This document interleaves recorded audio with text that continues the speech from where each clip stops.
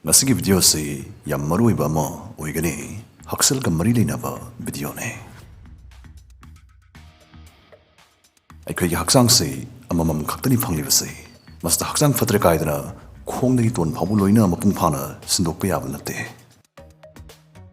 Aduna de aikhoi haksang si isha isha na luna chana section na di yekta thamjana ba hona ba si aikhoi isha isha gi thong ne.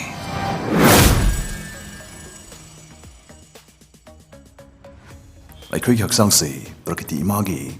khwaidagi changkhon ba khut semaduni haibi yai.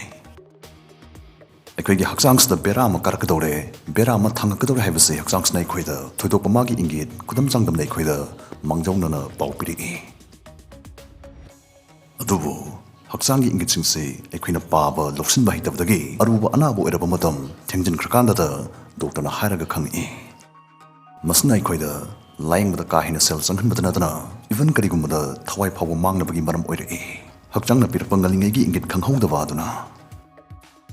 Maramasna, Masde, a quick Haksang si Bera Malay Tangna Bagi, Hakchangna Pirapa, Ngalingi Kudam Zangdam Inggit Tara, Kangminase.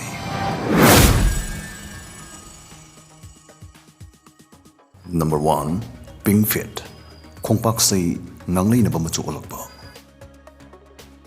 Aikhoi khongpak si mausana aikhoi haksang ya tu pasaruk singi kuchuga dum managane adobo karigumba nangi khongpak ani duna nganglei ne bamachu olaba unsa da so ikhoi khujillaba adugu lengba matam da so naba phawraba adoi batara de nangi blood sugar level do check amtang tokthokpiyo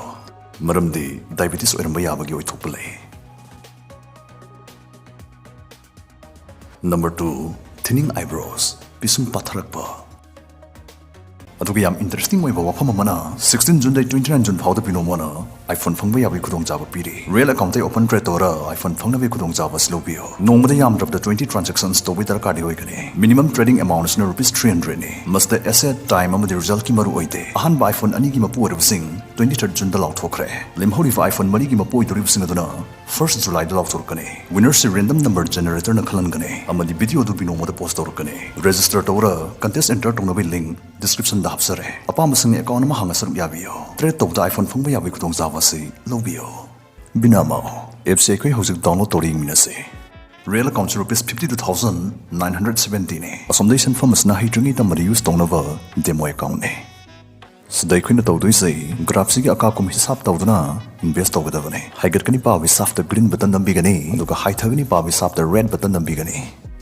investment button agi thadaring wa sale gi jang khan gani example in 7,000 khalagi yengsi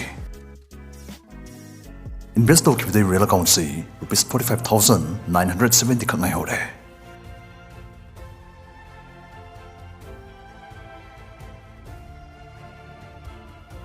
how's it moving bio real account profit yauraga rupees 58,710 suramle deposit button is nambiraga yam line deposit to busu yai pisum se aki amoga su yam mari lene pisum se mong maril tana leina bukta moi khoina plucker season aduna patha nai mong semle adubu nangi pisum do nangna foi ba semba karim da tawrudana mathana sum patharaba sum kelaba adu targadi doctor ma tana biyo maramde madu hypothyroidism hariba condition asigi layong eramsu yai hypothyroidism gi layong singde maroina yam chokthaba fawba khong hamba nuaidaba depression amadi arumba hengat pass ne Hariba layong singse thengna biragade endocrinologist samatana biyo. Number 3, swollen toes khongsa pongkhatpa. Aikhoi gi khongsa na aikhoi gi haksang gi maramda khudam kya marum khanghalle. Nangi khongdu da mukti biyo. Khongsa singduna yam pongkhalagade doctor tana biyo. Madu psoriatic arthritis ki layong ermasu yai. Psoriatic arthritis hariba arthritis makalsna aikhoi unsada amanga ta thole made anabsu phawale anabsi lying na bugdam adomna dermatologist natraga rheumatologist amatana bayai. Number 4, loss of appetite ikhang hodna chaning thang ma phoroktraba amadi hakchang ge arumbasu mayeng khangta taragade yam thuna doctor matana biyo maramdi madu metabolic disorder magi layong erumbasu yai ꯃꯁꯤ ꯅꯪꯒꯤ ꯄꯣꯛꯄꯗꯒꯤ ꯌꯥꯎꯖꯔꯛꯄ genetic problem ꯑꯣꯏꯕꯁꯨ ꯌꯥꯏ ꯅꯠꯇ꯭ꯔꯒ ꯅꯣꯡꯃꯗ ꯍꯛꯆꯥꯡꯗ ꯆꯪꯕ ꯃꯆꯤꯁꯤꯡ ꯃꯇꯝ ꯁꯥꯡꯅ ꯐꯪꯂꯛꯇꯕꯗꯒꯤ ꯃꯦꯇꯥꯕꯣꯂꯤꯛ ꯗꯤꯁꯑꯣꯔꯗꯔ ꯑꯁꯤ ꯑꯣꯏꯍꯜꯂꯛꯄꯁꯨ ꯌꯥꯏ ꯃꯁꯤ ꯂꯥꯌꯦꯡꯅꯕꯒꯤꯗꯃꯛ ꯒꯦꯁꯇ꯭ꯔꯣꯏꯟꯇꯔꯣꯂꯣꯖꯤꯁ ꯑꯃ ꯇꯥꯟꯅꯕꯤꯌꯨ Number 5. Itchy skin. Mi khudingmak marak marakta hakachawasi loina tawe.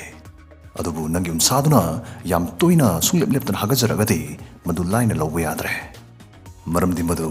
diabetes ki khudam ama oiramba yai. Adubu pakhatkino madu atopa maram amagiso oiramba yai oithoki. Ayamba matamda aikhoigi unsana hagachabagi maramsi tin kang chikhiba natraga aikhoigi unsaga sanadaba cream natraga lotion siznarubudai natraga aikhoina seliba firol singstaida quality name fabric na saba firol yaudagi matuna aikhoigi unsaga taknaba matamda yu lauba hagachabagumba sisu yawe adubu hariba maram singsna natabi maram khangdana pangata hagajarabadi doctor soidana tanabiya Number 6. Chest pain or discomfort in the upper body.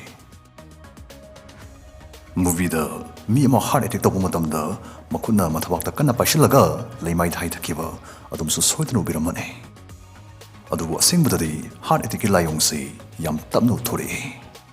heart attack torokadaba miyoi amana toina phau layong singde thabaki mayaida kanna phajinba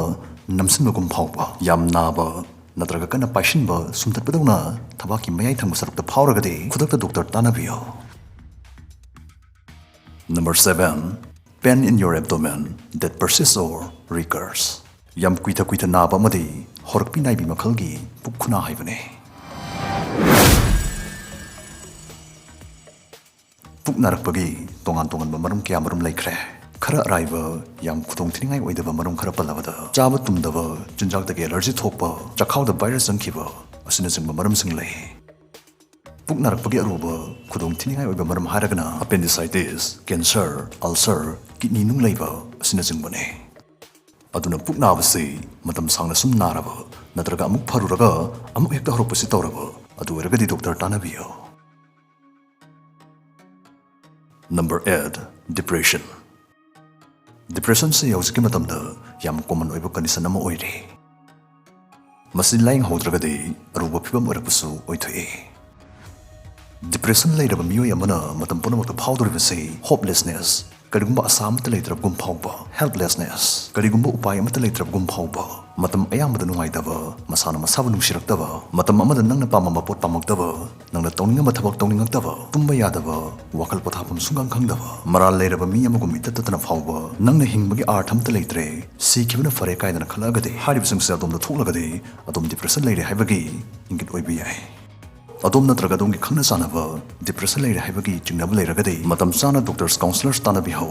khudong thibadagi punsi kanbiho